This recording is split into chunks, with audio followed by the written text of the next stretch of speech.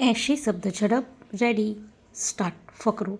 દેશને સ્વતંત્રતા મળી ત્યારથી લશ્કરી દ્રષ્ટિએ શક્તિશાળી દેશ બનીને આપણે આંતરરાષ્ટ્રીય શાંતિ જાળવવામાં મહત્ત્વનો ફાળો આપી શકીએ.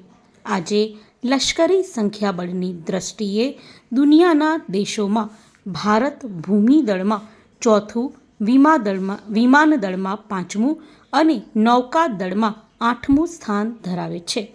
આપણે હંમેશા બિનજૂથવાદ અને શાંતિમય સહઅસ્તિત્વના સિદ્ધાંતો અનુસરતા આવ્યા છીએ અને એ સિદ્ધાંતોને અનુલક્ષીને આપણે દરેક ક્ષેત્રમાં સ્વાવલંબી બનવા મથી રહ્યા છીએ. પાયાદળનું મુખ્ય હથિયાર રાઇફલ છે.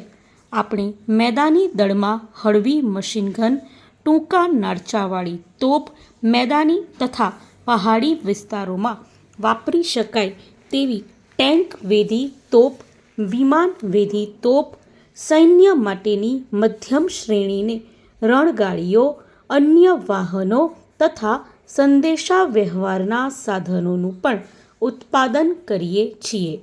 ભૂમિદળને માટે નવા શક્તિમાન અને નિશાન વાહનો આપણે લશ્કરી કાફલામાં છે. ફકરો.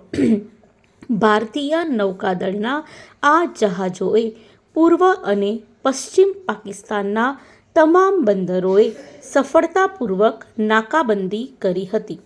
દુશ્મન જહાજોને અને સબમરીનો ડૂબાડ્યા હતા અને લડાઈના સમગ્ર ગાળા દરમિયાન વાણિજ્યક જહાજો માટે આપણા સાગરી સીમાડા સુરક્ષિત રાખવાની કપરી કામગીરી પણ બજાવી હતી. નૌકાદળે બાંગ્લાદેશની મુક્તિમાં આપેલો ફાળો પણ તેણે આટલા વર્ષમાં સાધેલી અસાધારણ પ્રગતિની સાક્ષી પૂરે છે.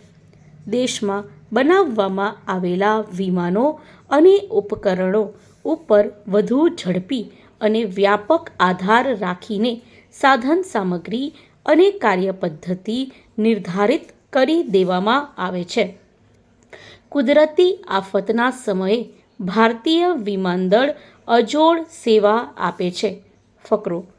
મુલકી સત્તાવાળાઓને કાયદો અને વ્યવસ્થા જાળવવામાં અને વીજળી, પાણી પુરવઠો, દાક્તરી અને ટેલિફોન જેવી આવશ્યક સેવાઓ ચાલુ રાખવાની કામગીરીમાં મદદરૂપ થવા માટે સશસ્ત્ર દળોને બોલાવવામાં આવે છે.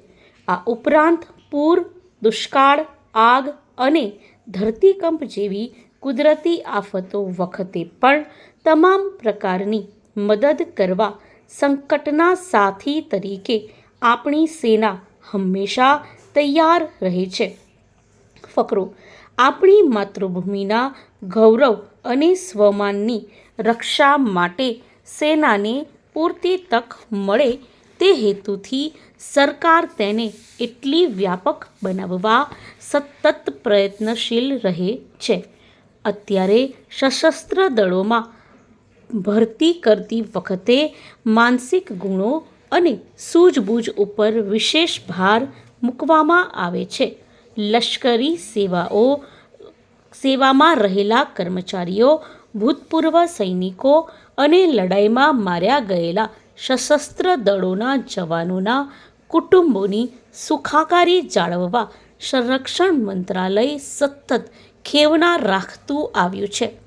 કેન્દ્ર સરકારે ત્રીજા વર્ગની 10% અને ચોથા વર્ગની 20% જગ્યાઓ ભૂતપૂર્વ સૈનિકો માટે અનામત રાખી છે. સ્ટોપ.